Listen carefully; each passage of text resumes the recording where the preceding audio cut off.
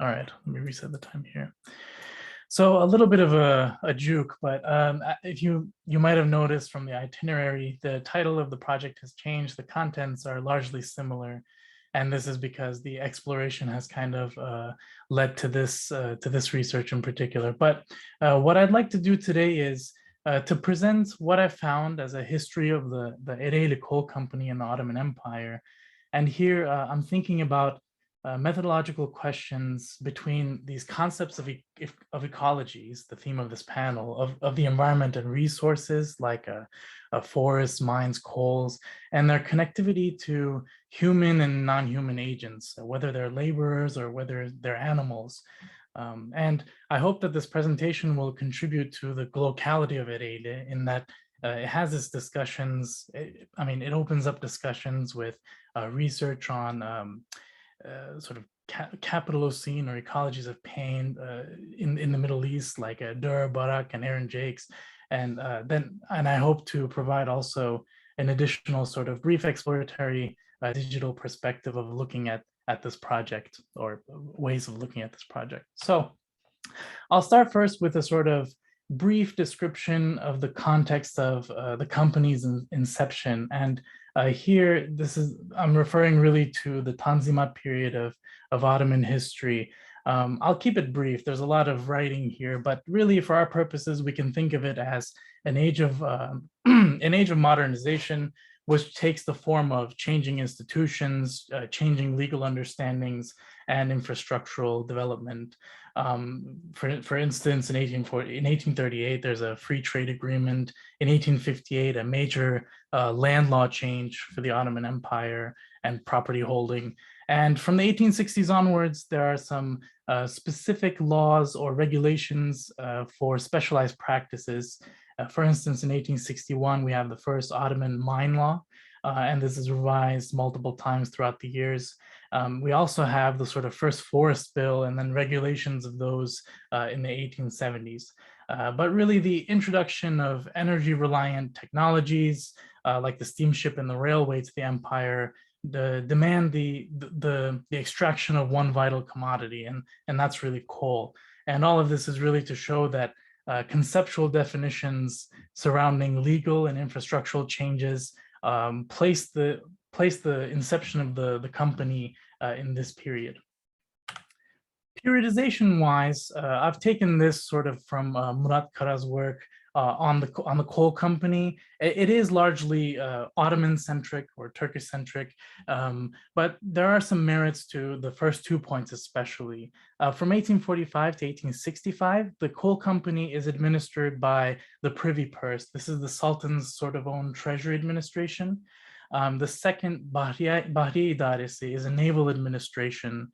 And from 1908 to 1920, this one is particularly Ottoman history, I suppose, because of the Young Turk Revolution and the inclusion of the First World War, is the constitutional period. But a lot of these stages show changes in administrative type and labor organizations in the empire. So there is some use to this sort of categorization. The first period, mining during the Privy Purse, the Sultan's treasury, is really, so coal extraction in this Ereğli area starts before 1845, but it's really after 1848 and onwards that things start to pick up pace. And an important consideration for the labor in this period is sort of the outsourcing of the extraction processes to Austrian Croats and Montenegrin laborers who are hired in contract with other states to come and work. And then the Ottoman state will just repurchase this coal from their extraction. And the reliance here is heavily on German and Austrian skilled engineers, even for surveying. In 1836, there was a survey conducted by Gustav de Poligny, who later became a mine administrator for the state. But this sort of reliance on foreign expertise is a sort of critical component of the Ottoman Empire in this modernization period and for coal operations. So a document from the archives, and this is a sort of treasury register, outlines some of the production of the coal in various periods. And here I've just created a simple table to show a little bit amounts. In the previous slide, I wanted to mention that the production at Ereğli is around 58,000 metric tons for this period, in contrast to the sort of English 40 million tons just for maybe 1 year. So there's a large sort of difference in scale, but also because they're not the same level of railways, there's not the same level of steamships, etc. So usage is also very different. So we can see from the table that a large portion of the coal that's extracted is actually handed over to the imperial sort of factories, the largest being the imperial shipyard. Then to the power plants and the Hereke plants. This is sort of the imperial textile factory location, and they still make textiles today. So if you're looking for rugs, you could visit. But also on the top of the list, we have steamships as using a lot of the coal, and these are two particular steamships. When we look at some of the logistical costs or the general costs of extraction in the mines, we can kind of see that this makes sense for Amasra, which is connected to the area operations. Extraction costs freight costs almost equal extraction costs. And at Ereğli, this is a little different. Freight costs are a little above half of the extraction costs. So there's a serious logistical component to carrying around the coal. It's much more mobile than it is stationary in this sense. And we see it from this document, and I don't have a table for that here, but production levels follow similar outputs from 1846 to 1849. And really from the 1850s to 1860s, that sort of decade is the Crimean War takes a toll, and administration changes hands over to British and French operation, and they're guaranteed a certain amount of the coal output. But as a sort of, how can I say, a change of course for the Ottoman state to really operationalize the mines comes with Dilaver Pasha and different kinds of mining regulations. So in 1861, this is Dilaver Pasha, the handsome decorated man.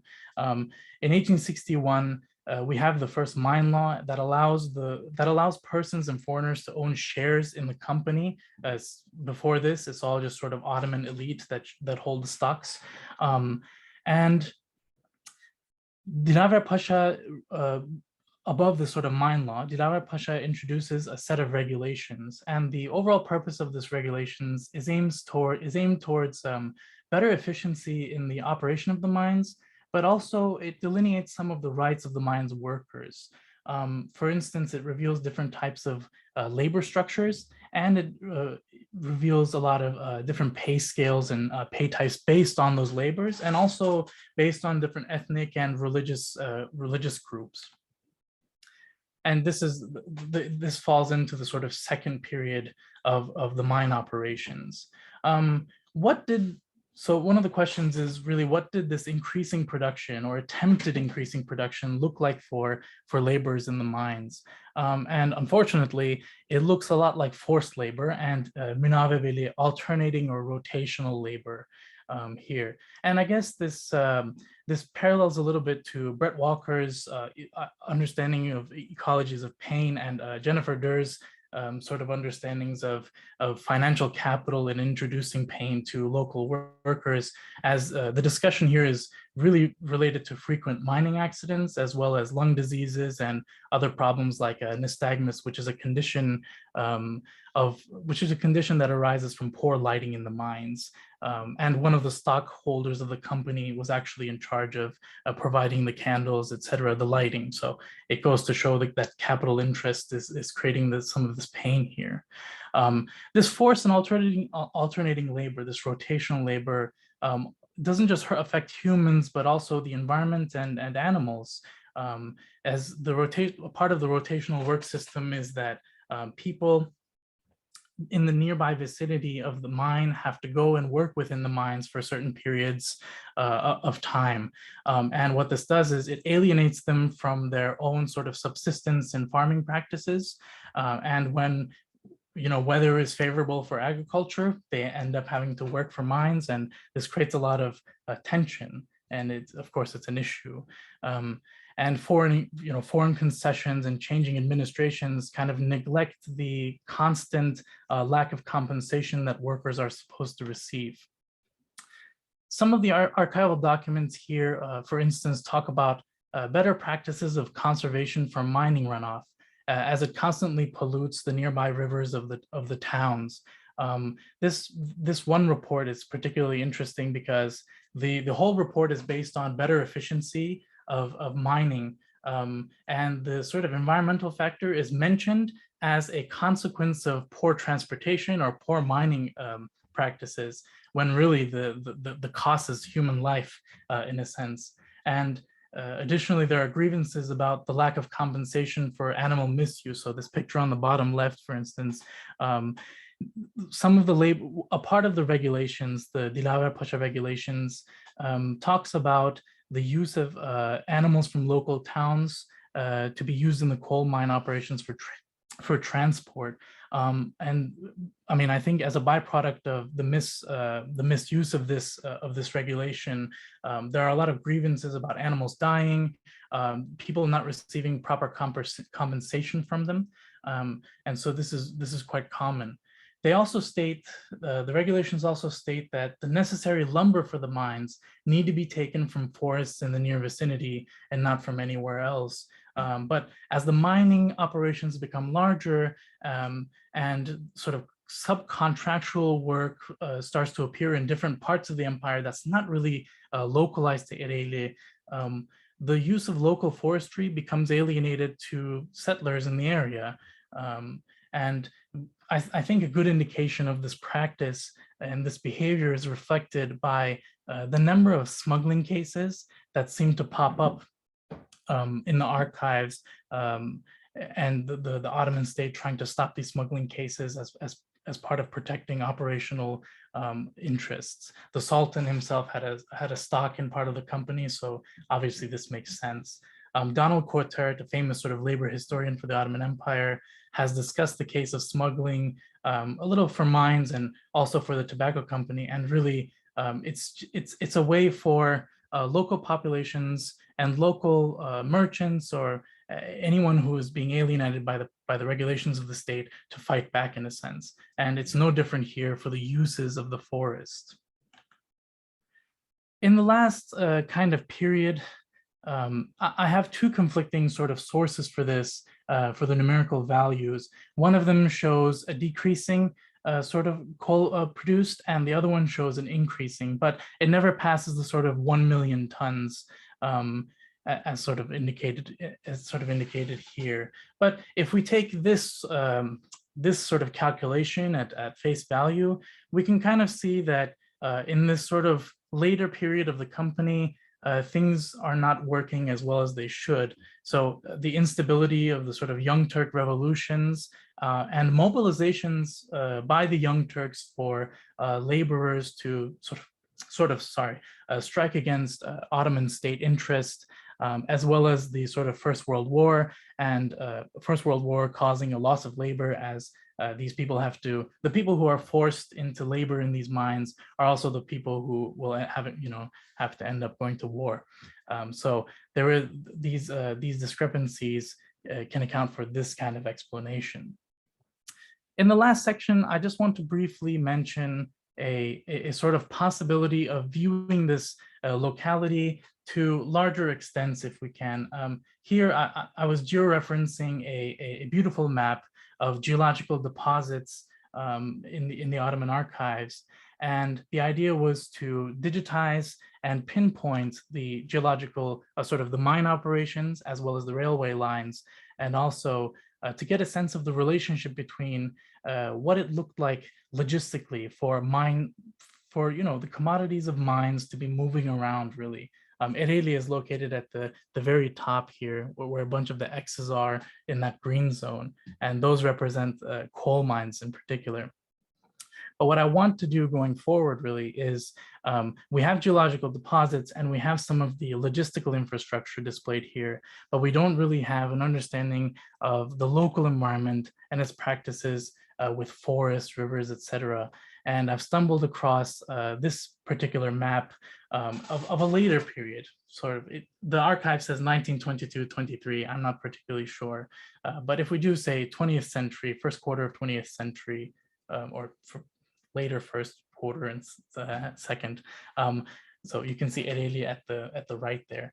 And these little green dots indicate, for example, forests. The red ones indicate vilayets, like provinces, etc. And so overlaying these different types of data and overlaying this with, for example, rail line data can give, I think, some interesting perspectives, because the sort of spatial component is an interesting one when we're considering transportation.